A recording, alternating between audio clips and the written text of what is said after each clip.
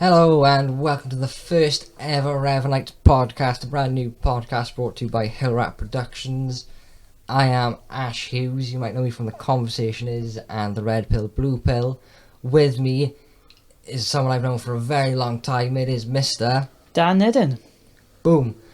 And he is the Chewbacca to my Han Solo. I have... Hugh Phillips. Hugh, this is your first thing with Hillrat. What's the score? Why are you? Why are you here? Well, my name's Hugh. I've known Ash for easily going on 4 years now, maybe more. Since college. More, yeah, it's been a long time. Yeah. Long time. When I started off college as enemies and became best buds. That's a bit strong. I mean, what did he call me on the first day? Can't repeat that on here, but no. doesn't mean we're enemies. Frenemies, would you say? Frenemies, there we go. I wouldn't go that far though. It's a 9-word, that's why I like Either it. way, we're alright now. Yeah. We're talking. So we're going to cover Star Wars, obviously, for this first episode, because our podcast is a blatant Star Wars reference. We'll cover the films. We're going to start with the toys first. And we hope you enjoy this first ever Revanites podcast. Don't forget to subscribe to Hillrat. Thanks for listening. Sick. Sweet. And we are going. Okay, so I think first off I want to start by thanking Bethan Wellstead for sorting out our artwork for us. So big thank you to Bethan. You can follow her on Instagram. She's wicked. She does paintings, drawings, all that cool stuff. She do commissions, so check her out. And right, so I'm going to start off by talking. So he was very much the inspiration for the names of this podcast. So it'd be criminal not to talk about the new Darth Revan figure that's coming out in the Black series. So I know both of you guys have seen it because I sent you the links. What do we think? What's the score? Because you brought a Darth Revan Black series figure with you today. You haven't opened it, but yeah, it's pretty smart in it. Let's be fair. I love that. It's definitely one of the prides of my collection, really. I mean, I just love the amount of detail on it, and Black Series has had a lot of... it's renowned for its articulation points as well. Yeah, I love the Black Series. I mean, right, so we've got the 30th anniversary version here as well. And I mean, just look at the difference. I mean, come on. I mean, for one, it's bigger. Yeah. But just the detail in the sash, everything. The lightsabers. One of the things that always annoys me about Darth Revan is, like, any artwork and things like that is when they don't get the lightsabers right. Like, it's purple and red. Get it right. Yeah. And just the new version of it that's coming out is just beautiful. I mean, and it's the right size as well, you know. It's like not too big, it's not too small. The only thing it could do with, in my opinion, is probably a little stand. Yeah.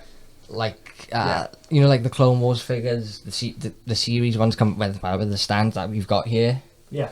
I think it could have done with a nice one of them, like a decent size ratio. I think one thing I'd like with the capes could do a bit more detail. For example, like the Nihilus one, this fabric, and it sort of looks a bit nicer. So, I mean, I've got the Black Series Darth Malgus, the 3/4 inch one, and again, just the difference to the 30th anniversary figures. I mean, you've got a plastic cape and then you've got the fabric cape, and I think the detail on just Malgus is stunning. I mean, it is just, I agree.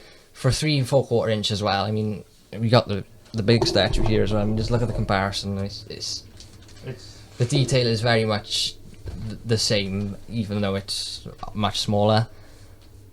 Yeah, the Black Series is pretty good stuff. And for me at the moment, I'm kind of off the Star Wars figures. I feel like there's too much, and I think the quality definitely dropped once Disney picked them up. Yeah. I mean, look, the Clone Wars series of figures was brilliant. I think those figures was a great line. But then you compare that to the Rebels, and the Rebels line is shit.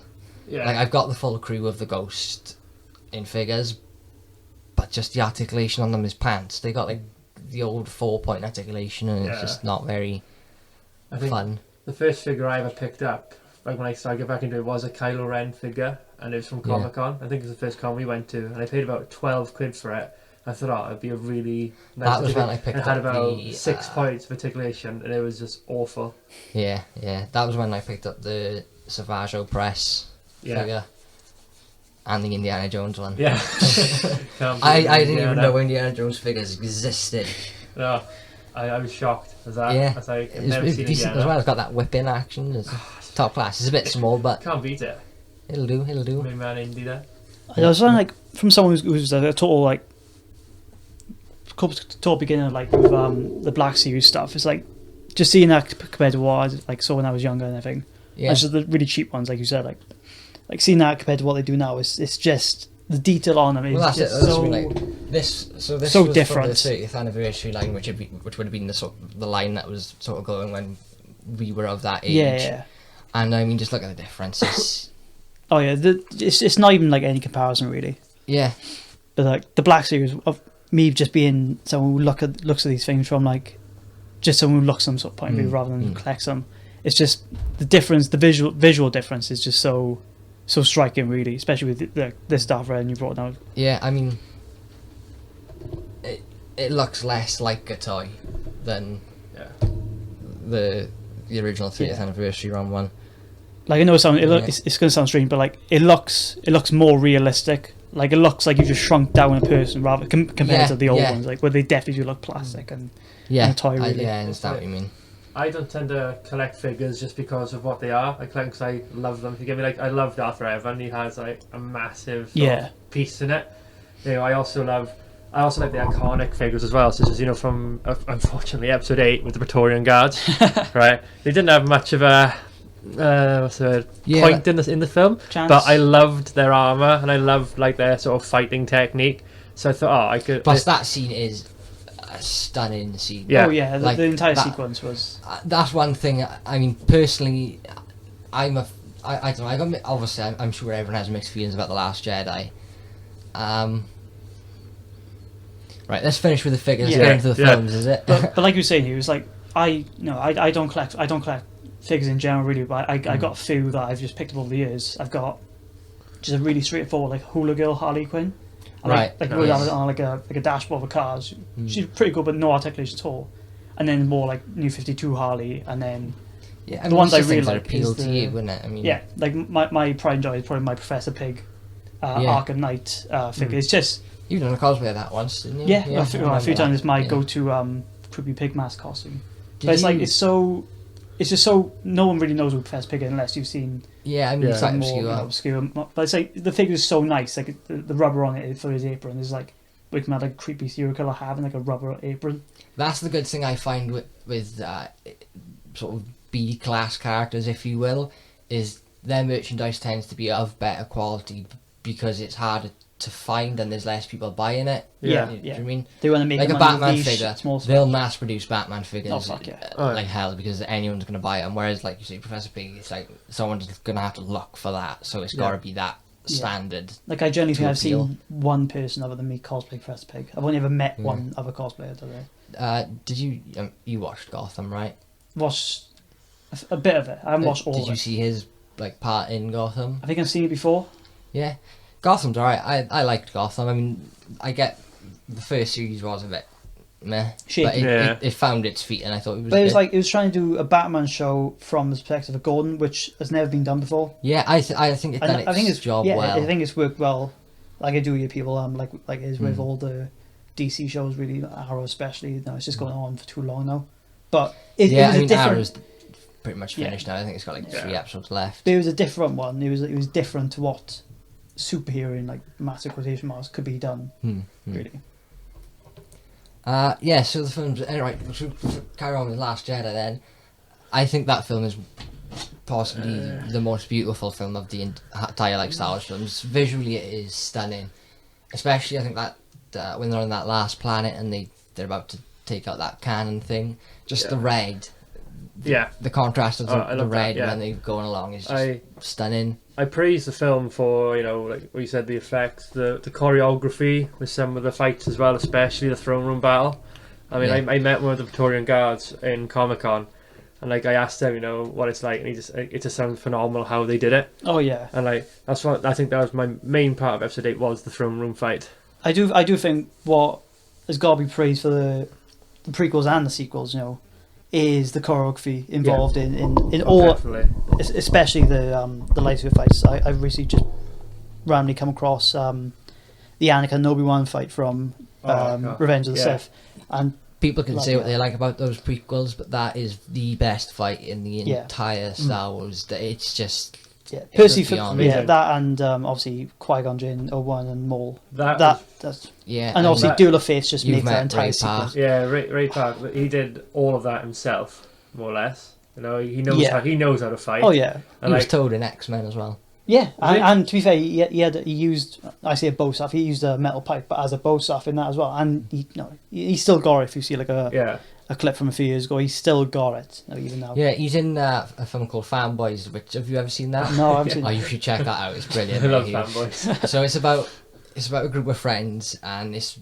like based in 1999 or 98 or whatever. And so obviously they're huge Star Wars fans and nerds. And then one of them gets cancer. So they decide to break into Lucas Ranch, isn't it? Yeah, Lucas Ranch, steal a copy of The Phantom Menace and watch it. But it's just full of like Carrie Fisher's in it. It's just full of Star Wars cameos, like filled with it. It's a really good film. Oh, it's class. It's good, And you got the Trekkies as well. Who, they get have a fight with like loads of Trekkies, which Seth Rogen plays one of the Trekkies. Fantastic. It's really good, man. Oh man, can you imagine 90s Carrie Fisher in the Star Wars prequels? I don't mind the prequels. I mean, I like the prequels apart from Attack of the Clones. I can't. Attack of the Clones is a boring. I can't abide by. I liked it. I didn't mind it. Any of the parts that Anakin and Padme were in were great. Yeah. And obviously the Battle of Geonosis, but the Battle of Geonosis is good. Yeah, that's what I look forward to. Really. That is the best part, and the fact that Jango Fett was wiped out totally unfairly. The guy's I'm sorry, but it's in character though, isn't it? I mean, come on, Boba Fett went out like a punk. Yeah, but also survived. Also, to be fair, if you go up against Mace Windu and instead of from a distance firing rockets, you just walk up to him. You're gonna just it's not gonna end well for you. But I mean, there should be more to it. Jango Fett's renowned in the Expenditure for killing 6 Jedi with his bare hands. And then I'm sure Mace Windu has killed multiple more times bounty hunters than that. I don't know. I think he should have. You're biased. You're sitting there wearing a Boba Fett t-shirt, mate. To be fair, also, you go up against Samuel Jackson. Go up with something else other than your bare fist. Come on. Yeah.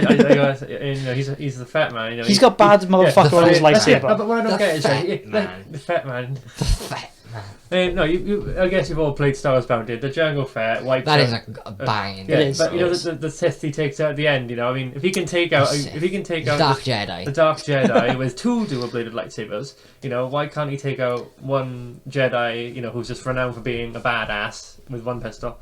I will say, I punched that Dark Jedi. Samuel L. Jackson is a badass. Yeah, he's got bad motherfucker across his lightsaber. Yeah, just because it's purple. Which they then have to alter out in post because he couldn't have bad motherfucker on a lightsaber. And anyway, if Jango Fett was a true Mandalorian, he'd have the vibroblade. So he would have whipped that out.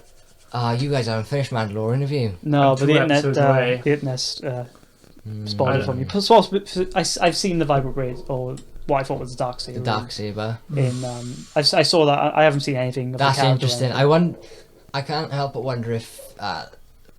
It's looking pretty likely that they're not going to be doing a sequel to Solo now. Yeah, I've heard that. I wonder if they're doing that. They're trying to loop Mandalorian around to answer the Darth Maul question. Yeah. Just last person I'm aware of that had the Darksaber was Sabine. Yeah, not Sabine. I think it wasn't it? Yeah. Not Sabine. What's her name? What's the Duchess of Mandalore? No.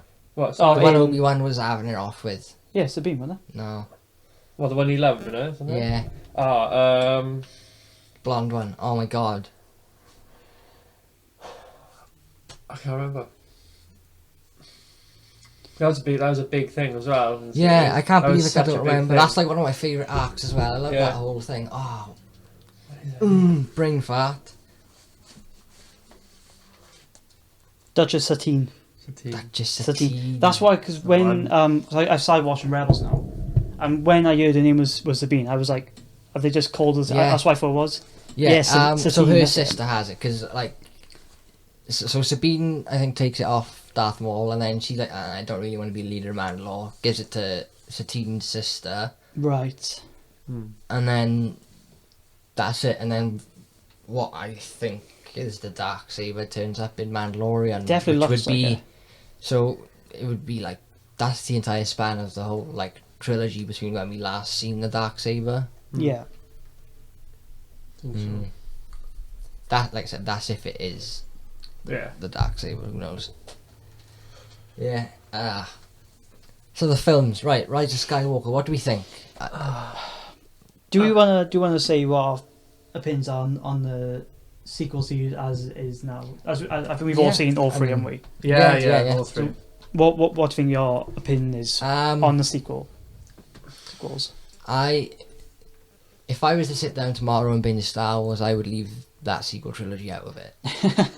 To be quite honest, I kid you not. I have watched The Last Jedi twice, and in those 2 times I have just watched the Luke Skywalker stuff. Like I have literally just forward through Canto Bight, Poe, everything, and just watched the Luke stuff.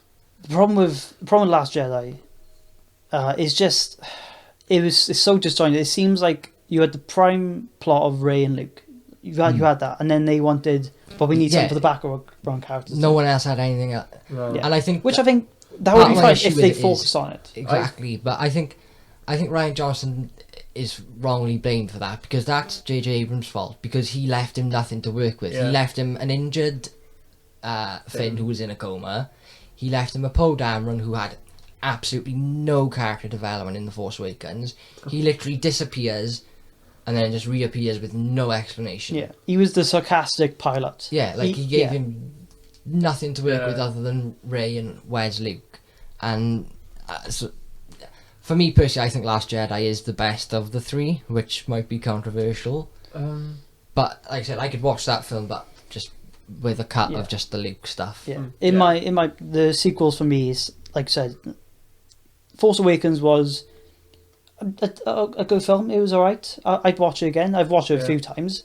Last Jedi, like we just said. But Rise of Skywalker I thought was actually a good film. I think Rise of Skywalker at the moment, I think it's going to be one of those films where it grows on me once I sort of definitely.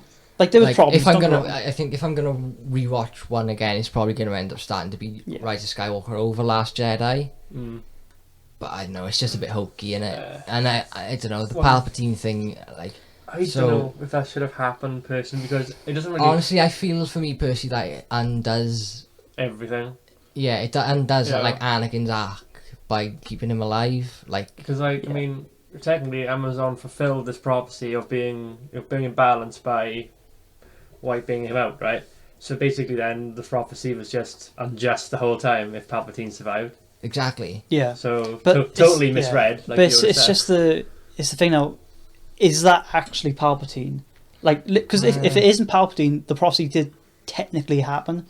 But then again, why bring him back? Don't get me wrong. Palpatine is the big bad, and it makes sense to a degree that Palpatine did survive because it's Palpatine. But also, why? Oh, don't get me wrong. Like I completely believe, like, as a character in universe, that Palpatine would be capable of surviving. Like I said, just for me personally, in terms of the films, I feel it just makes Anakin's entire arc just null and void. What I find is how, like, Disney sort of scrapped, I believe, all expanded universe and as non-canon, right? But if they're thinking of how Palpatine survives in by being cloned, well, they're just picking up pieces from the expanded universe. I don't like that idea. I don't think they should be allowed to clone Jedi. But they've been doing that since Force Awakens. They've been picking pieces out of the expanded. They're picking pieces out of canon, which they've said is scrapped. But then I think that's what's been their downfall. Yeah, they went, this whole thing, all the other stuff thing, apart from these little bits where we take out. Like I don't know. I think they were kind of right to do that because the canon was messy as shit. And there was just some ridiculous stuff in there, like insane. Jar Jar Binks' backstory. Like Abeloth is just too much, and it's Do you mean so? No, it did need a clean up, and I think they are doing the right thing by picking and selecting certain things. It's just so you probably feel that because you're frustrated because they just haven't picked the things you want them to pick yet. Admittedly, that's because I've always like please just do a Revan film, please. And it's just I'm over it now. But also because I feel like even if they did do it now, I don't think it's going to be the film I want. And I don't think they can handle it well. I go from it as like I don't really know much of the expanded universe stuff at all. I'm pretty much the films, the Clone Wars to a degree. Now that I'm rewatching it, and the games, certain things. Yeah. But other than that, I don't know much about the expanded, apart from certain things I've heard here and there. So for me, it's like, I think it seems a bit disjointed, especially when I've looked into some of the backstory after the films. Yeah. And so I've seen obviously Han and Leia's children, Ben and his daughter and his twin, and then going in, being a bit, I don't know, hash of it really. Yeah, I don't know. Like I said, it was just too messy.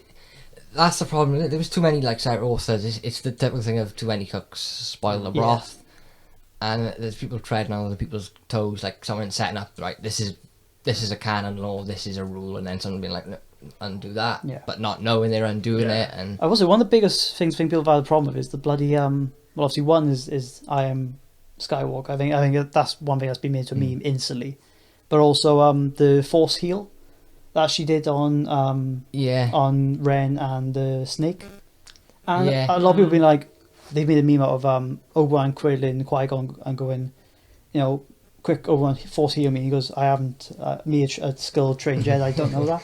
But in my opinion, I think, don't know if it's fact, correct me if I'm wrong, but right, in defense of that, sometimes certain Jedi do have. That's what I mean. Just like Quinlan Voss with the mad vision thing, and Bastila with the battle meditation. But you're right. Like but basically, as I saw it, and I might be wrong with this, but so she had all the sacred texts of the Jedi from Luke. Luke tried to burn Yoda, saved the wills. Force Ghost.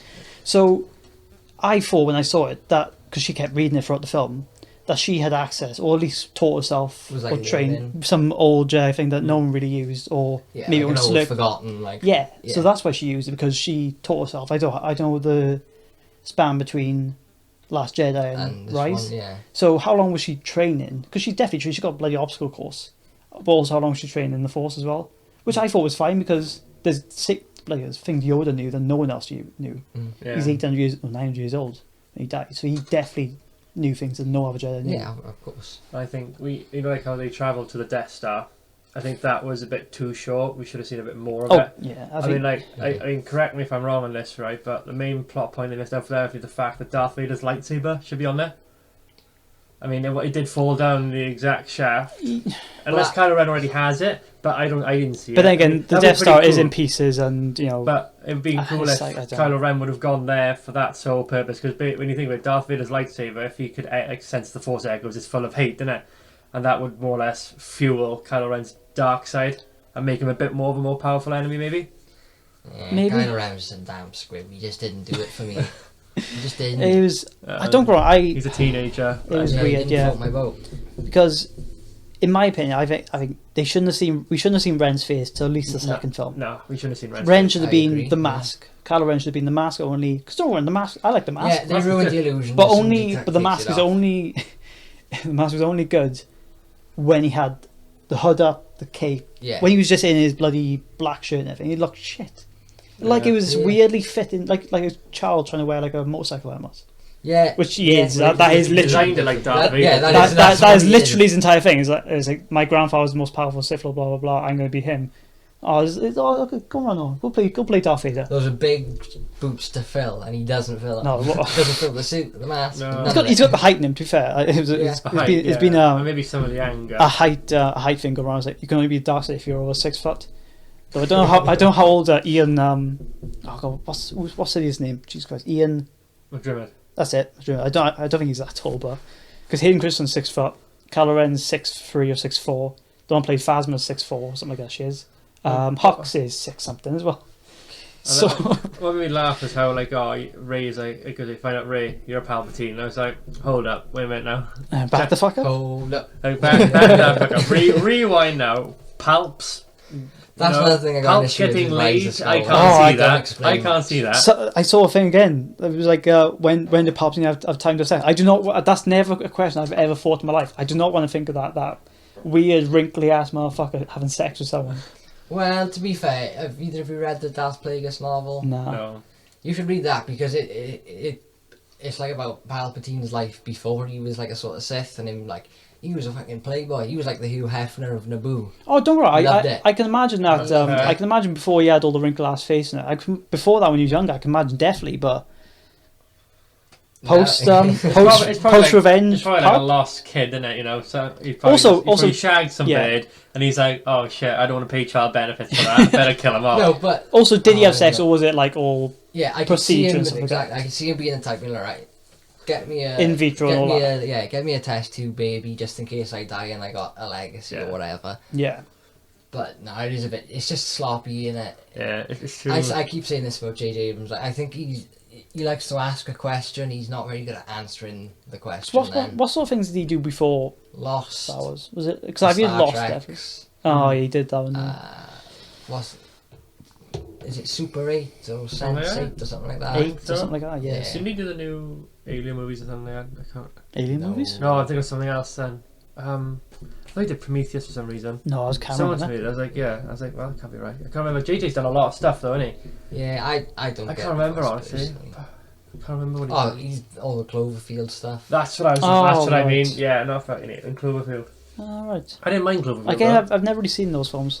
There was a few of those. I'm not fussed in Cloverfield, but I find it boring to be honest. It's like, you know, I like the second one, the one with John Goodman in. Yeah. Was it like 10 Cloverfield? 10 Cloverfield Lane. That's a good That's one. quite good. Is it? Yeah, that's alright to be fair. But again, it's all the same universe. They're like totally different. Like they're all connected, but they're also sort of like all completely different. Say what's probably my favourite. And basically, like JJ, you know, he sort of links up these films, but then some of the first Cloverfield film was brilliant, I thought, but it doesn't really answer any question whatsoever. And it's just all through a handheld camera, which is interesting in its own right, but it's just you can't even see half the stuff going on. But then it goes out into normal vision as well. With the guinea pigs, the startling. I'm so startled. Shirley.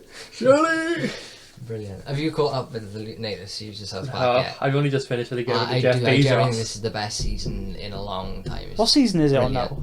22, 23. I think it might be on Netflix actually. Because they've done one. They've done one with the Mandalorian. I don't get the Netflix. They had the series 1 and they went series 20, 21, 22. And then they're a best of. Yeah, is it? It is the best of. The best of, I think, is what they're saying is like season 1 to 20, but it's all the best ofs in between. I personally don't agree with their picks of best ones, but don't get wrong. I think South Park hit on there with their first episode with really as it went to go on as a Cartman gets an anal probe. I remember watching that when I was 5. Yeah, I had the videos. Day, I watched one. Is it Weight Gain 4000? Oh god, with Shelley something, wasn't it? Beefcake. Is it Shelley Struthers or something? Sally Struthers, that's it. And Mr. Garrison tries to kill her, doesn't he? Yeah, because she has the fucking lamb puppet. Yeah, that's right. And she comes in a Pope mobile. That's it. And Cartman crashes in. Oh man. And Starving Marvin. Starving Marvin. I don't watch the early series enough. Oh, what was the one when they banned fireworks? They have to use snakes. They just built the world's biggest. It's like, how long is it going to last? Oh, I don't know. Let me work it out. About June next year. It's just so everyone's blackface in that episode as well. Jeez. Yeah, I don't watch enough of that. Like the earlier series. And it's just all playing on Saturday, and Chef drives past and he goes, "What's up, children?" They all turn and they all go blackface, and he just goes, "Oh hell, line up, let me all crack our ass." I will say I watched the film not so long ago. Bigger, longer, and uncut. Man, phenomenal. Those songs in there are fantastic. I believe they almost won an Oscar. Blame Canada almost won an Oscar. Yeah, they turned up in dresses and they were high on LSD, weren't they? Were they really? Yeah, because people were complaining they were offensive to it, and they're like, no, we're not. Just did a load of LSD and turned up cross-dressed. Yeah. Oh man. I'm surprised they made it up the red carpet for that. Yeah, and they were like, they made a rule where like they just couldn't reference that they were in cross-dress. Like if anyone asked, they just would ignore it as if it wasn't a thing. Nice. Oh, they're great, and I love Trey Parton. I also Trey Parton. They are phenomenal people. I don't know how they do it. I mean, they find something and just take it to the they've been doing it for, how long has South Park been going now? Was that early 90s or late 80s? 25 years. I mean, if you count, I'm probably like going round and pitching it and production, probably a good 26 years. Well, before, it was something else before South Park, wasn't it? Kenny used to be Cartman and some shit. They changed the names around. Yeah. But I will say, one of their best things has got to be Team America World Police. Oh, I love that movie. Man, don't ever do the drinking game for it though. What's the drinking game? Oh man, it's every time they say AIDS is one of them. And do you remember not the opening bit, the bit straight after that is when they do the whole musical about AIDS. You know, sometimes they say AIDS and that. It's not pretty. It's not pretty. I had to stop after that. Hands work. I was that perfect age for Team America when it came out. Like, same. Jimmy, it was just, here you go. I'd never even heard of North Korea before that film. And then I was just like, I barely knew like Matt Damon or what any of those were, and it was just like Matt Damon. The best thing is it's got to be the Panthers who are just kittens, and it's just like it's so stupid. But I'm glad my mother was like really open to me just watching anything, as long as I didn't repeat shit like that or like swear like in school and get in trouble. She was fine me watching anything or playing anything. Me watch Exorcist at 9, so. Oh, Exorcist petrified me when I first watched it. I had to come back to it and watch it. Love it. I haven't seen it. Go check out the Conversation is podcast episode on The Exorcist on the introductions. No, here you come. No, me and horrors do not mix at all. Oh, I love horrors. Brilliant. Oh man. Well, like, what horrors have you seen then? What's the? I don't go near horrors. I have such a weird imagination. Like, it just keeps going in my head. Like it's it lingers. The worst thing. Like, I just can't switch it off. So for me in horrors, it's just I've stayed away from. I don't get that. See, like, no, that's I know. Just, like, I love it. So many of my friends. If a film was me, like, so many things. Me like some of my friends are like they're big into horrors. Like, oh, let's go see film. I'm like, oh, it's like what we were gonna see. He was shit. What were those security camera ones in the houses and stuff like that? That's it. The paranormal, like the first one. And I just like, I've heard the later ones was absolutely dog shit, but they're all dog shit. Yeah, I know. but you know what I mean. They really like just milked in. I think you can fix a lot. I believe, you know, when it comes to shit like they will go through common sense. With a ghost, you can just fix it with common sense. You know, you call the church more or less straight away. The guy isn't going. I mean, if the guy cares about you, he's not going to run away. That's a bad sign. He's like, I've angered the spirit. Off I go. Probably drives to the nearest McDonald's and thinks, I wonder how they're doing. Yeah, if it were me, I wouldn't be taking shit off that ghost. What are you going to do there? Stand there and Ouija board his ass. You can't even say the word properly, so Ouija board. Just some of the stuttering fucking ghosts. Ouija. It's the G. Plant some crosses around the house, some holy water. Bitch got but nothing. then you're assuming that it's to do with like Catholicism. Yeah, why? What if the ghost is Hindu? Did you just assume the ghost's fucking religion? God, who? How dare you? Well, I'm going to hell. Or you want to go to the Christian hell? What about the Hindu hell? God, who? God. So inconsiderate. Oh my god. I know. Tell me about it. This first episode is going to get demonetized. Basically, you've got to do like Benny in The Mummy. He's just got a chain with all the fucking religions. Just go through each one. John Hannah. See, that's the way to do it. I will say the reference, man, bro. The Mummy. I fucking love The Mummy. I love it so much. Mummy and Jurassic Park are two of my favourite films ever. I fucking love The Mummy's. I need to catch up on Jurassic Park. But again, we were the perfect age for The Mummy. Yeah, because it was like. It was just adult enough, but it was just like kid friendly enough to be like so cool. Like it had some creep bits, it had some bit of horror in it, but it was light-hearted enough that it could be disguised. Yeah, but man, Brendan Fraser in that is fantastic as well. Brendan Fraser in that is awesome. Oh yeah. And the scarabs when he goes into homage to Lily's arm. Yeah, that creeped me out. That's man, that was. I bet that CGI hasn't aged well though. Yeah, it has not. It has not. But the whole film has. Speaking of badly aged CGI in the Mummy franchise. The Rock as the I thought you were but that was on Scorpion Johnson. That was on over Christmas, and man, that CGI. Right, that CGI wasn't okay at the time. Put it this way. Like put it this way. Bro. Fucking The Rock in The Mummy makes the scarabs look real. Yeah, I swear down. It's horrendous. How they went that downgrade as well. From the scarabs. But I mean, I don't know. It's just insane, and it's madness. Fucking hell. The Rock is basically a scorpion centaur. Yeah, it's basically what he is. Yeah. Like, it's mad to think that was The Rock's first film, and like where he is now. Oh, fuck, it was, wasn't it? Mr. Black Adam himself, like. Fuck. Oh, don't bring up Black Adam. No. I don't know. I can't. Right, so don't worry, because I haven't seen Shazam yet, but I've heard it's alright and blah blah. Yes. But I just can't see The Rock. The persona The Rock's got now. The problem I think I'm gonna have is the problem I have with like the new Birds of Prey film. And see, I literally always call it the new Harley Quinn film. Yeah, which is like, let's just call that. Yeah, it's gonna be Harley Quinn. I don't like it when they take a villain that's liked and then make him a hero or an anti-hero. Yeah. Like it seems like Hollywood doesn't understand why people like those villains. Don't get me wrong, I know Harley I know why people like Harley. She's a quirky character. She's fun. She's also psychotic as fuck. That's the people forget. But it's like Harley's a victim, and people always forget that part and just go for the relationship. Like that's not like that's Stockholm. That's people who've never read a comic in their life. You know what I mean? People, like, especially for after Suicide Squad, that was the big thing. I want a relationship like Harley Quinn and Joker. I'm like, but no, going back to The Rock. Jared Leto Joker. going back to The Rock as Black Adam. But one is the persona he's got now as this fucking giant man who's just this bubbly, nice guy. Yeah. But also, it's been just a fan mock-up of just The Rock as Black Adam, just like giving Shazam the people's elbow. Just mid-thing. Rock bottom. That's rock bottom as well. And he's just like, it's there mid-thing, he's just got him, he's about to slam into the ground. I'm like, that's all I can see now. Yeah. I can't imagine Black Adam as an Egyptian pharaoh ruling over this massive empire. I can't imagine. I don't know. I just don't want him to turn him into an anti-hero. Like, to be fair, like, come on, he doesn't even need to say Shazam. He just choke slams him into the ground. He won't even need to do anything. Yeah.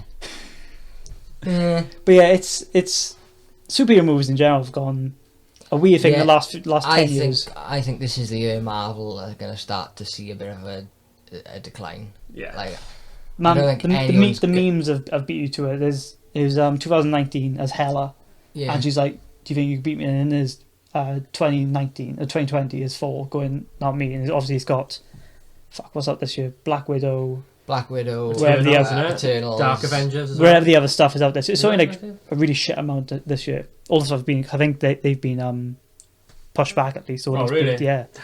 But then he can and Ragnarok comes out, but it's like WandaVision, this, all the big hitters, but it's all the ones that we've already seen. So it's just continuations. I do. I think, like I said, Eternals. I think Eternals is going to be the first, like, bombs. It's going to make money. Yeah. It's going to make absolute bank. Yeah. Marvel could put shit on a plate and film it for an hour and a half. Yeah, stick the Marvel production logos on it, and people will. Yeah. It'll make $1 billion. No, definitely. Dollars. But I think Eternals is going to be the first real roadblock where people just aren't going to really get it. It's the one people are going to go. Like Guardians of the Galaxy, no one knew who Guardians were before the film. No. But the characters in Guardians from the comics were likeable enough, whereas the Eternals is just kind of bland. Yeah. And I just don't think it's gonna. I don't think it's gonna be the one. No. I don't think it's gonna. This is when Marvel are going to push the really obscure stuff, and it's going to hurt it because people don't know who. Like, I don't know who Shang-Chi and I think Shang-Chi and the Ten Rings or something like that is called. The only reason I know the Eternals is because of the old 90s series, like the X-Men ones and stuff like that. Oh, yeah. But I won't be rushing to see it. No, I'm looking forward to 2021 for 4-4. Yeah. Which I still can't say because I can't pronounce the sounds. So every time I say that, it's 4-4. Taika Waititi he's fantastic. I'm so glad I was a Taika Waititi fan before Taika Waititi was huge. Because you could testify that I've been sucking his dick for the last 10 years. I fucking love him, man. Speaking of him, Hunt for the Wilder People is just... Have you seen Jojo Rabbit? Yes. How is it? Dude, it's my film of the year. Because it's basically Hitler from a 10-year-old's perspective, isn't It's my film of the year. I promise you, no seriously, I promise you, what you've seen in the trailers and stuff is not what the film is. Really? Yeah. Like... Is it a comedy? I wouldn't call it a comedy. I'd call it a drama first, and then I'd call it a comedy, but that's when, like, in the trailers, it's like, this is a comedy. Yeah. But I guarantee that... Well, that's what I thought of... what was the Nazi one? They're like a Nazi killing group. It was Brad Pitt. Oh, Inglourious Basterds. Well, that's why I thought Inglourious Basterds was like a comedy satire sort of thing, and it wasn't. It was a. I mean, don't get me wrong. It's funny, and it is really funny. Like, especially last when they have Christopher Lausch on the floor and he's about to scalping. But and Jojo Rabbit's the same. It is. It's when it's like purposely like this. We're going to be funny here. It is funny and it's hilarious. Yeah. But I also guarantee you that it will punch you in the guts. It is a very good and a very powerful film. I thought, like I said, it's my film of the year. I thought it was. Yeah. But again, I was watching it, and there was a particular thing he does, and I'm sure you pick up on it if you watch it, where I noticed it, and I was like, why is this being made a big deal of, like, multiple times? And then there's a bit in the film where it's like this is why we're making a big deal of this, and like I said, it'll just punch you in the guts, and then it'll just be like, oh, Yeah. It's the point where you realise like, oh, this film isn't a comedy then, and it's very good, very good. Yeah, I probably won't go see it. Like it looks interesting, but for me it was interesting from a comedic perspective because I've done that stream quite a lot. And I enjoy the subject, but I was like, oh, cool. He would do a comedy version of that. Yeah, it's a great concept. Because obviously it's a fantastic concept. But for me, I don't do dramas that well. I think it's going to win. I think it probably will. It's going to win a lot of awards. I think it's going to be nominated for probably best adapted screenplay for the Oscar. Definitely check it out, man. It's really good. For me, it's like that's why I haven't seen Joker because it's just not my like. I go see I say superhero film, but you know what I mean. Like in that world for superhero fights. Like, I see the Joker as straight up villain, no redeeming features whatsoever. Yes. Because so I understand that there's things which I understand that there's reasons why people do things. I understand that, don't get wrong, abuse, whatever. But when you have the Joker, whose entire you want it to just be I was going to say identity then, but that's the wrong word because the Joker hasn't got an identity other than the Joker. Oh, they tried to do it in Daniel. We're on the same page. They tried to do it in Killing Joke. At the start, for Killing Joke in the comic and the film, which I like the film. I know a lot of people don't. Apart from the 20 minutes of the lost episode of the anime series, you know what I mean. But throughout the Killing Joke, throughout like the whole current thing of Joke kidnapping Gordon, trying to make him the worst day possible, can make him the worst person ever. They do this flashback, all in grey, black and white, of the Joker as what he was. I think he was like a failing stand comic and got roped in with the wrong people, blah, blah. The Red Hood gang. But then, and people are like, oh, but they show the Joker's origin, but then the Joker himself says, my life is just, I prefer my life multiple choice. And that's what he is. No one knows who he is. Yeah. Even the Batman, certain things Batman has, but mostly Batman doesn't even know who he is. And it's like, that's what the Joker is. The Joker isn't a person. It's just an enigma. The Joker's the Joker. Yeah. He's just an agent of the chaos. I completely agree with you there. And that is my thing with the film. Is I think it tries to make, like I said, there's points in that film where you feel sorry for him, and I don't want that for my Joker. Don't get me wrong, Joaquin Phoenix it's a fantastic film. It's incredible. Well, I saw the chat show scene. It's Robert De Niro, I think, is the host. Yeah. And it's like, he's talking to him. I'm guessing by that point, he's done something, killed people. And he's like asking him, why have you done this? What's wrong with the scene? And then obviously he's mocking him, like, oh, you think it's right to go out and just come in? And the Joker's just like, I was driven to this, blah blah. And then he pulls a handgun and shoots him on fucking live TV. Yeah. I'm like, if you're trying to make a sympathetic character, you don't have him shoot an innocent person who's just asking questions about what the really bad thing he's just done. And it was. Yeah, I mean, it's going to win. It's obviously Joaquin Phoenix is one best actor in that thing, but it's for the wrong reasons. Not that films now shouldn't, especially films in like superhero genres, shouldn't highlight mental issues, but of the right people. I know I'd probably get slammed for that, but the Joker isn't the person to be victimizing. Yeah, he's the one who makes the victims. I.e. Harley Quinn. Yeah, exactly. No, I completely agree with you, and that's like I said. I was talking about this morning with someone, and that is exactly my issue with it. But I do think it is a great film. Yeah. Back to Star Wars though. Yes. Yep. Where do you see the future of Star Wars going now? What's the series for me? More films? Series. Yeah. Yeah. I don't know. It depends where they're going to. The Obi-Wan series is coming out. Yeah, I'm looking forward to that. I'm hoping though.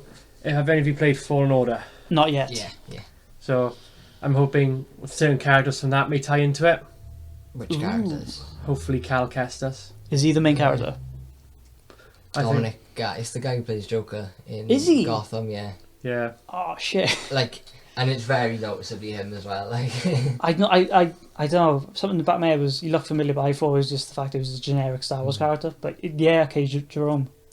Yeah, no, they could do a series. I don't see him doing that though, because I just see him doing that with the games. They're going to continue his story through the games. Yeah, it's like on Star. They may just encounter certain famous characters from the games, I suppose. Yeah. They'll definitely have some mentions from. I mean, even Fallen Order had mentions of Obi-Wan Kenobi and Yoda and all that. So who knows? So I've seen rumours that they're doing like a High Republic year, they're calling it, which is going to be like a young Yoda. That'd be cool. Which I don't really want. I don't want to see a young Yoda. How many hundred years old is he then? That's a young Yoda. Like, Yeah. I don't know. I feel Yoda should. In my head, Yoda's never been young. He's always been this ancient, wise figure. Yeah, just I don't want wanna to see- as he is. I don't want to like see him His prime. becoming Yoda. Do you know what I mean? Yeah. Like, Jesus Christ, by the time he's like 100, he was already a Jedi Master. It's like, Yeah. what are you going to do? Take him back to when he's not even a Jedi? I was thought Yoda's like one of the ones who was always in the Jedi system for when he was a youngling and blah blah. Yeah. So what are you going to do? Show him learning? I don't know. I don't think you need to with Joke. You see it with all the other characters, Obi-Wan, Anakin. I would like an Old Republic era now. But I don't want it to be in films. Don't want it to be in films. It should be a it's gotta be a series. series. It's gotta be, there's too much. There's too much to tell. Yeah. Yeah. You'd have to. You could get a good 6 proper solid 6 series out of an Old Republic era. You could do the first 3, like series 1, Mandalorian Wars. Right. That's because you haven't got Strawberry. Yeah, series 1, Mandalorian Wars. Series 2, Jedi Purge with Revan and Mala. Series 3 is the Kotor game. And then you do a jump then for Series 4, which is Old Republic, like the MMO, Yeah. but with like flashbacks of the Revan novel and what happens in between. And then, yeah, you could get some proper good stuff out Oh of yeah. that. And it's, they definitely benefit over that more than anything else. And just like probably they'll do 3 films. Like I think they should. I think I found episode 9 rushed, and I think it could have done with another episode. Personally, that way then each we could have had a lot more they screen left too time. much unexplained. And Yeah, like the Knights of Ren being one of them. Right. I love The the Knights Knights of of Ren. The thing But is, I love the Knights of Ren. I love the characters. I love what they look like. you Then- love everyone that goes out like a punk. Yeah, I do. ooh. Right. The thing is with Show up for Star 5 Wars minutes and just films, die. apart from obviously the solo movie, is they've, even in the first ones, and especially when they did the prequels in the same way, they've made themselves into this really niche corner where they do them in threes. Yeah. And do each part in threes, and each three is going to be a specific Like time. an arc. So you have, Yeah. you had the end of the Republic, beginning of the Empire in the prequels. You had the Empire in the originals, and you had post-Empire, New Order, Rise in the sequels. And they've worked themselves into that corner, but that corner doesn't lend itself to open ends. Yeah. So you have to really, you have to squash everything in, which obviously I think they tried to do with Last Jedi especially. Or you leave things open ended, like you do with Rise of Skywalker, where certain things have been brought up, They get fit it in with pushed novels. out, and And yeah, I think that's unfair to general Star Wars fans. Like, I mean, obviously, once they release another novel and they say, all right, this is going to explain how Palpatine survived, I'm going to read it. yeah. But 99% of the paying Star Wars public aren't going to even Most know it's own- coming yeah. out. They're not even going to know No. it exists. You know, Do you know what I mean? most- I'll be getting it straight away. Most don't even see Star Wars through games or Yeah, the exactly. Their TV series. perspective of it is just the film. Yeah, and the that's TV it. series are Yeah. cartoons, so a lot of adults, even if they are Star Wars fans, I'm not Yeah. gonna watch that Clone Wars cartoon, and they'll say cartoon and mean it in the most derogatory way possible. They'll like say cartoon. patronising It's and like, oh, that kid's condescending. thing, Yeah. and it's Yeah. like, but it ties it, Clone Wars is a work of art. Yeah. But- A work of art, damn it. and it's Right. like, It's fun when I got people in work, they'll argue with me about Star Wars. I'll hit something up from say the Clone Wars, like no, this happened. They're like, Yeah. they what's have no that? That idea didn't what happen. I was like, what go- film was go- that in? Yeah, Yeah, it's like, oh, I was like, no, it's from the series. There's a Star Wars series. And I was like, oh, but there was you, many. I was like, you just said you're a massive fan. You know everything about it. He goes, oh no, but I'd have to watch the series. And I was like, But it's like with the pieces series, it like together. obviously I've only recently started watching it again. I've seen series 1 and 2 now again, and I'm in series 3 again. Yeah. Have you got the Mortis arc yet? No, I've just got the, I love when I was watching it, because I've started Rebels now. I watched bloody hell, episode 1 and 2 of series 3, which is the Right. clone ones, and I Man. love those episodes, man. 99, They- what a lad. they have like 99-bit. They have parts that just hit hard, and it's like you Oh, can't. and it just gets worse. It's Like, just, you know. especially like the more you go through it as well. Like, I mean, realistically, I mean, you've watched them now in a condensed order, but if you had watched them when they were on, you would have spent 3 years with those characters. Well, yeah, like obviously Or when they originally released, like I watched 5 it years every day or- on yeah, Cartoon exactly. Network, and it's like, Yeah. and even though I didn't watch all of them, I Rex, fucking Rex and Cody, Jesus Like, Christ. realistically, like in terms of hours spent, you would have spent more hours with Ahsoka than anyone else in the entire Star Wars franchise. Oh, yeah. Anyone else. Like, to be fair, I've probably spent more time with Rex himself, not with Obi-Wan and Anakin, but Rex himself, than with Ki-Adi-Mundi. Yeah, I you mean, know, that's like in terms of pure screen time exactly. and like, yeah. Who you'll only know if you've watched episode 3, the big one, because he's like, what, the attack on the Wookiee, the only thing he fucking does.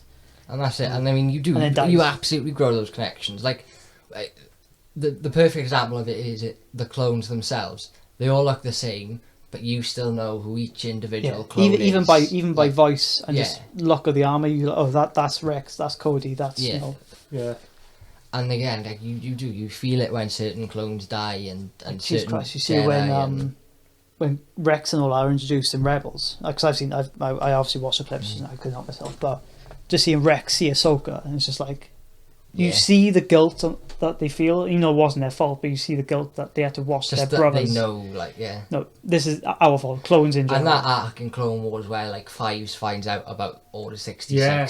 It's just devastating because Fives was like one of my favourite clones, and again, like so you spent 5 years with Fives. You literally see him. Is that from, when like, he has Anakin and thing in like a contained, and he's about to kill him or something? Because I've only seen bits of that bit. Yeah, but I've seen it, and it's like it's hard to watch. Yeah, it's really sad. He came so close as well, didn't he? Like, he's like, oh, I found it. Because that's the one where one of the chips messes up, didn't he? And the clone, Echo, he's like, Echo's, he's like, again, who you've just spent like 5 years with, and who is like Five's best friend, just decides to kill these two Jedi, and then they start like looking into it, and Five just drives himself nuts because no one believes him. Yeah. And it's so sad. Yeah, but it worked out in the end because that's why Rex took his out on Wolf and Gregor. Which is... They need to explain the Gregor thing because that's a weird thing. Definitely. Like, that's a really good episode of Clone Wars. Right, did Gregor die in Clone Wars? No, you see him once, ever, and that's because they crash on a planet and find him. Obviously, he was a deserter.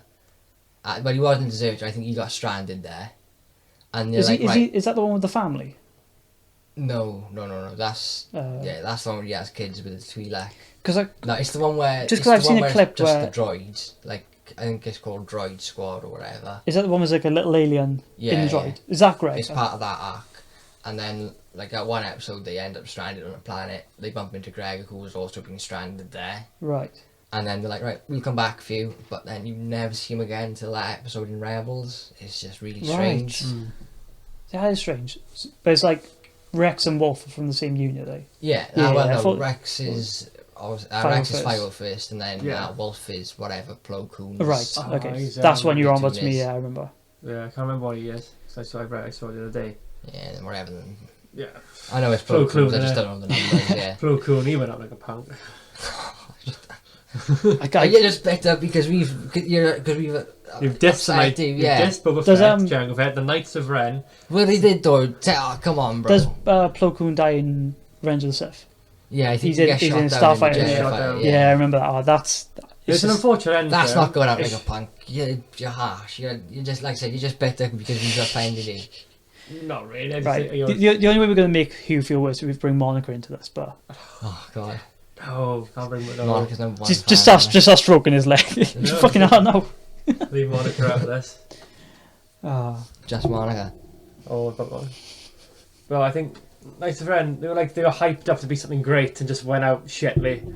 See, you admit it yourself. I will admit it, but I think the appearance of them and like what they gave off was really cool. Also, I appreciate the aesthetic, but that's what I'm saying. Also, I was expecting them to be bloody at least saber trained. Well, they are. That's the thing. In the visual dictionary, they're force wielders, and apparently Luke's ex-students as well. The ones that kind of ran off. Yeah, but hold on. Which dictionary is that? Which one is that from? The one that's I think it's already out now. It's on Amazon. The newest one. Yeah. Oh, that's fine. Because I was going to say if that's in like the Force Awakens. I was going to say because that's retcon. Because that's why I heard about it. Because I didn't realise it was retcon. Because I think the general theory was that they were like Luke's other students. They were the ones that Kylo went away with, and would follow him, and all the rest were killed. But it's like you see him in the flashback, obviously in Force Awakens, and there's Kylo.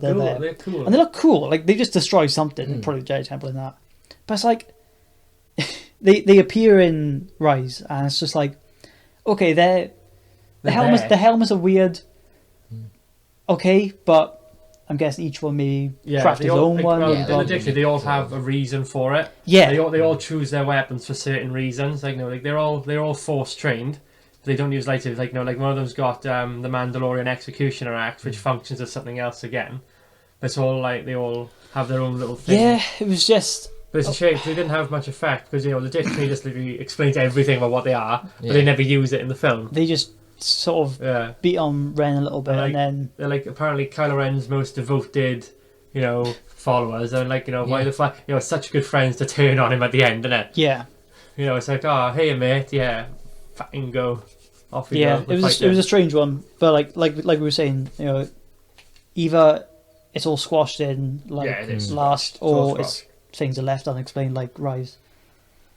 Yeah. Which sadly seems to be the way Star Wars films anyway are going. Unless there's standalone films that's their story, that's their thing. I think the problem was, I don't think they had a long-term plan. When George Lucas was making these trilogies, when he made, I think he knew exactly what he was doing before he made these films. Yeah. I think he made the first one, episode 4, I think he made that and was like, right, that's it now. And then when it was huge and he was on fire, I think he thought, right, this is something I'm gonna write number 5 and I'm gonna write number 6 and I'm also gonna write another 3. Yeah. Do you know what I mean? Which then became the Whereas I think when Disney bought Star Wars, they're like, right, let's get one out. Oh, second one, right, okay, right, done. Let's get her out. Wait, 3, let's get that out. Do you mean I think they should have been like, right, let's write these films and just have a full broad plan. Yeah, I mean, they don't really use much of George Lucas's advice either. Why? They're using, they got JJ writing episode 9, then why not get the guy who literally created Star Wars and get some of his input? They're going, surely you're not going to know better than the guy who wrote it from day one, Yeah. I get what people say about his writing in terms of dialogue and shit like that, but that's an easy fix. You get him to write the story, and then you get a different script writer. Have Lucas create the world, create that. Have other people write down. Not everyone could do everything. I'm sorry. I mean, Dave Filoni's a perfect example of that. I mean, look at Dave Filoni, in my opinion, and Pablo Hidalgo are Star Wars. They're the ones that wrote the expanding universe stuff. More or less, yeah. I mean, Dave Filoni's done the whole Clone Wars and Rebel stuff, and Pablo Hidalgo is the guy that's like, if you're writing something and you're like, right, does this exist? Is this a thing that's going to conflict with canon? He's like the guy that's like... He thinks about the bigger picture of it all. He knows fucking everything. He's like the lore master of Star Wars. Yeah. Right. And I think without those two, Star Wars would be looking a lot worse than it currently is. Yeah. And... I mean, obviously, Clone Wars and now Rebels has definitely cleaned up a lot of the mess that was left off by the prequels. Definitely. Not the reason the prequels were the bad films, just because it was a mess lore-wise, and they just cleaned it all up. But especially with the series, 6 series to clean up, have all this included, all this explained. And I think if Disney hadn't taken over, I think it would have been more than 6. I think they would have gone up to 8, 9, 10 series. Clone Wars. Yeah. And the only problem is Clone Wars is the mess of the Order. That's a nightmare. Especially I guess alright after Series 3. Series 3 is still a little bit, but no, it is a pain in the ass. The production versus airing order is just it's fine. It's fine with kids because kids don't really notice it. But when you get to our age, and we notice. You're trying to watch it in a linear way. That's the end of that one. But why is that over there? It's but what's so confused about it as well is it's not even as if it's right. Episode 6 of Series 1 is actually Episode 12. It's Episode 6 of Series 1 is actually Series 3. It's how are you series out? Do you know what I mean? How does that happen? It doesn't make sense. But this what it is, and we've all accepted it. Yeah. So, but both, like I said, anyway, Dave Filoni and Hidalgo would both say themselves, they worked very closely with Lucas in the sense that Lucas was like, right, this is what needs to happen, but do it whichever way you want, as long as this is where it ends. Is it A, B, C? But get to it in the here's way, A and Z, fill in the rest. And that's what I think Disney should have maybe done with this one is. Disney are all in it for the money, CNA. They're always about the money. It's like Dutch from Red Dead. He practically works for them and I have a plan. It's the thing with Disney, especially after the prequels, or at least maybe even halfway through the prequels, with 2 especially. I think the fan reaction was not fan reaction, but the loud fan reaction was so hostile towards Lucas, especially. They were like, fuck any involvement from Well, him it's is going to be. Yeah. So fuck it, we don't even include him, and that was. Yeah. I can see where they were coming from with that, but again, it was the wrong thing to do. It was all out of, like I said, it was all out of the money, Yeah. and sadly, but that's the way Hollywood works. I think if like Disney were to touch on, if they hadn't have scrapped the can and then they were to touch on the can like they would use and wrong, I think they thought that'll just cost a lot of money to do. Yeah, I wouldn't have wanted to use that long anyway. No? I'm not keen on them. They're a bit much for me. Because that's the plotline where the Empire have to work with the Rebels. That's the whole point of being made. Yeah, I like that idea, like Yeah. there being a bigger evil, which is like, But not the use and wrong. you know, like the Old Republic, the MMO, you know, the Eternal Throne. yeah. I think that would be a good That's thing. brilliant. I think if they left, that would be a good thing to have after episode 9 now. You know, after like, That years type of of thing, peace, yeah. trained up all these next time, bam, the Knights of the Eternal Throne come out, rain hell and what. But imagine an Old Republic series where they do like 6 series and then like boom, that final series or Yeah. final 2 series They turn is up like after boom, 9. Eternal Throne, and then like the other series after that is the second part of the Eternal Throne where you Yeah. go to war with them. Well, I guess like that'd That'd be be brilliant. I don't know anything. Now was the time to touch on that as well for them. Even if they did a series on it before, or even they touch on it after episode 9, and Ray fucking battling, I can't remember the guy's name. Like, I don't know anything about that because I haven't read anything. But it just seems like episode 9, maybe they were going to that sort of something like that with the bloody Palpatine's fucking fleet on.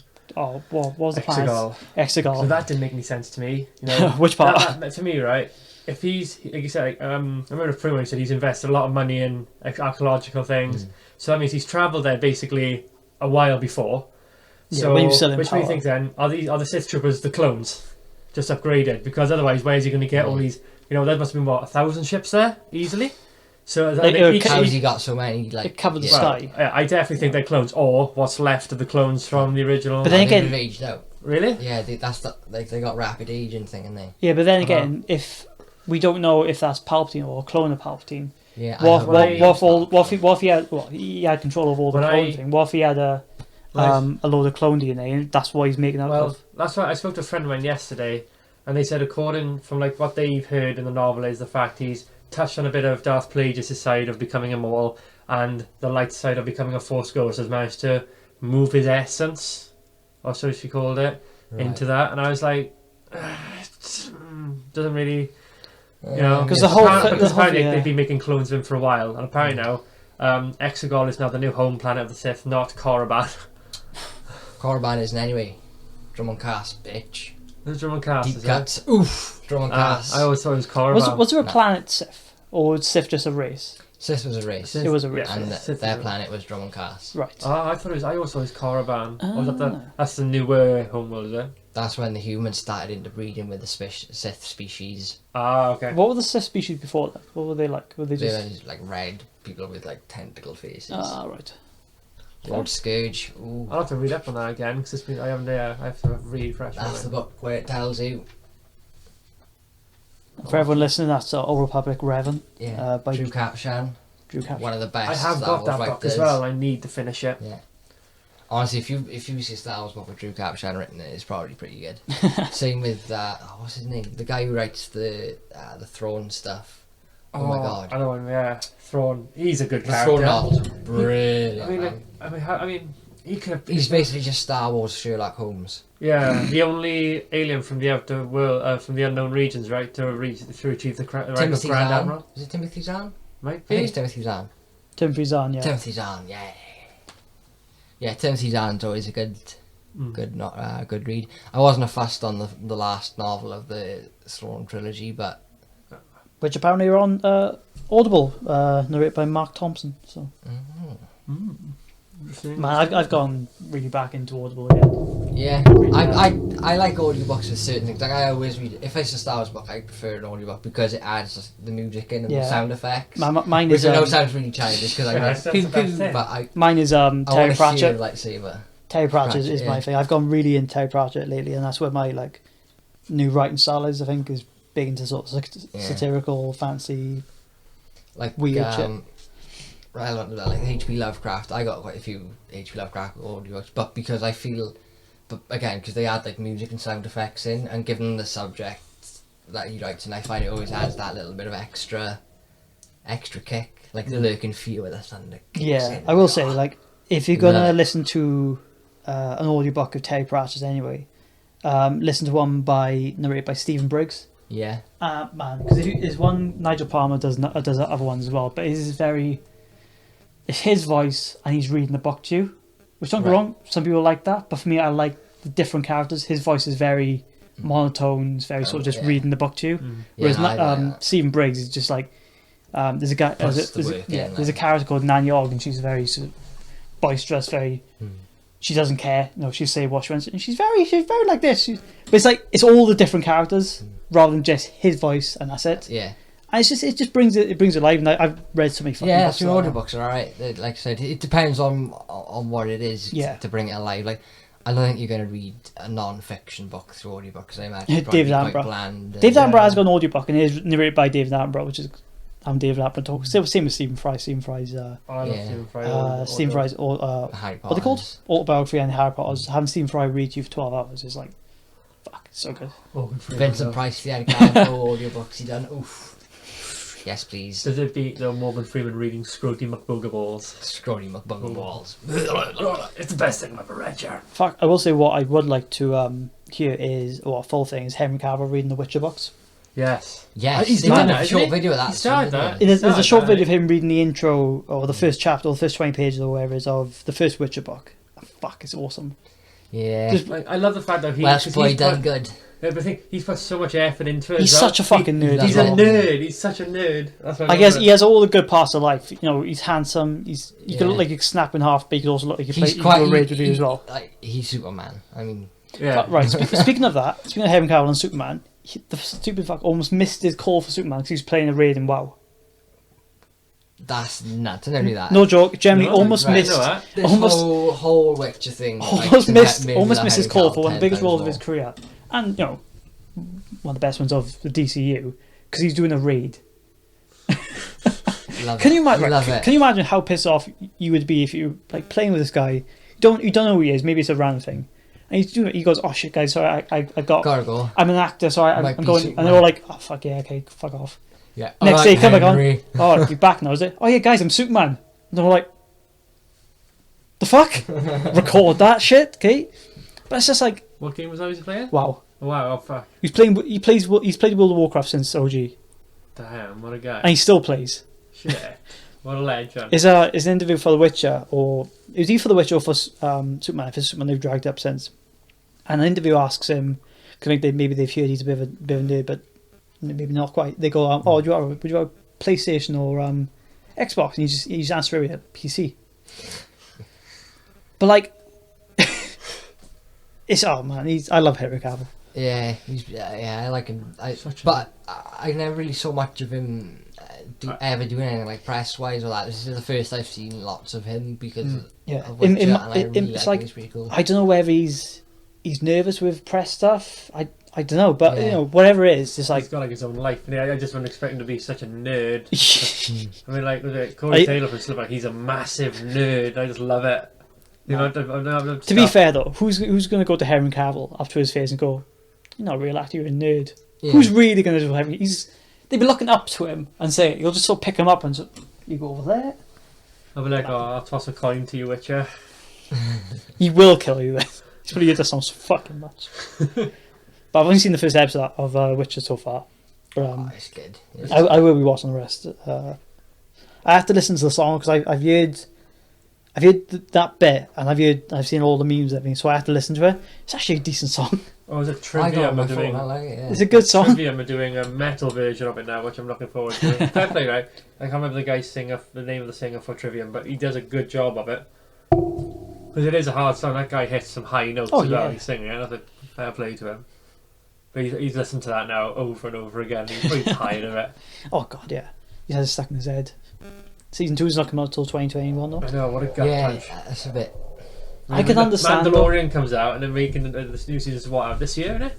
Is it? I think so. I think the new season is due really soon. Shit. When was Mandalorian out? October, November. It's really? They got it this year. Jesus. Yeah, definitely October.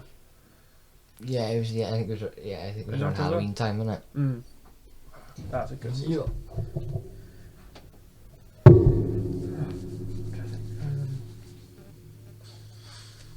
What's your opinion on Star Wars games? Because that's something that people are always quite. Love Fallen Order. I think it's one of the best games that's come out. Like before Fallen Order, my favourite game was Dark Forces 2 with Kyle Katarn. And facing off Jarrah. That's right there. I think Kyle Katarn would have been a good character to have in the movies as well. Yeah, but then it gets messy with the whole Last Jedi thing, doesn't it? Because if you have him in there, then you got to have him as a non-force sensitive, and then people are going to be like, oh, but he should be a Jedi, and then you're going to have people being like, oh, but then there's Last Jedi. And can't win. Yeah. Then again, though, I mean, if only he was in like the prequel series, he could have just been one of those Jedi that survived, isn't it? But it's a shame because Kyle Katarn was a Imperial commander who knew Lord Vader, so... No, for my money, best Star Wars game is Star Wars Battlefront 2. The original one, not the shitty fucking... Brilliant, classic, absolute classic. Well, sorry, the new one isn't Star Wars Battlefront 2. That one's just Battlefront 2. The OG, oh man, it's such a good game. Yeah. The 501st campaign, that was amazing. Perfect. It's just, you hear Rex narrate before and after each mission. And when he gets, especially the worst one I think, is when he gets to Felucia with Ada Secura. Man, that when you hear him do the outro for that, you hear the pain in his voice. That is what they did to. He's like, he says like, it's a good thing us clones have to wear helmets because none of us good luck in the eye. Yeah. I'm like, man, that's especially after deep cut. Especially after obviously watching Clone Wars, and oh man, you understand that big time. Yeah. I mean, obviously, I bang on all the time, but the Knights of the Old Republic games. I love the Knights of the Republic. I think if they'd done a remaster of those with like real-time action fighting rather than turn-based, it would just be fantastic. Yeah, I think that's the thing that let me down really. I love the story, I love what goes on. It's like the turn-based thing is a bit annoying, you know. I haven't played them yet. I haven't played them yet. I like Jedi Academy as well. That was a decent game. They've had a few decent games. I mean, the Force Unleashed games are good. Yeah. Thing is, right, I like the first one. Prefer it on Wii. Really weird compared normally because Wii games are shit, and a lot of people do think it. But the Wii version, Star Wars is almost like perfectly designed for that, though, isn't it? But it's not just. It's not really just the fact you wave the Wii remote around and obviously that is part of it. But even if it was just a controller, because you could put it into some sort of control type thing, even if it was just that, then it's just there's extra. I think it's at least an extra level in the Wii version, because I played a bit of the PS3 version. It's not as good. It just doesn't feel right, the mechanics and everything. But just that entire story, the customization you have in it as well, is definitely a precursor to Fallen Order. In a way, no, but that's what I'm saying. Knights of the Old Republic was a precursor to that, because that was the first Star Wars game I know of where you could if you want a pink lightsaber, go find the crystal, you can have it. Do you know what I mean? If you want to wear a fucking black robe, go find it, you can have it. Yeah. Sort of like with Fallen Order, you can customise your character and like your droid as well in the ship. But it's not like as in, weirdly, it's not as in depth as in Kota. You know, you find the guy, like, you collect all these different suits, like different, suits they call it, right? So he has them, but then he wears like ponchos and stuff like that. They got different ones, like different ship skins, and like BD1, probably one of those amazing droids. More cosmetic stuff, but not. The lightsaber customization, however, is phenomenal.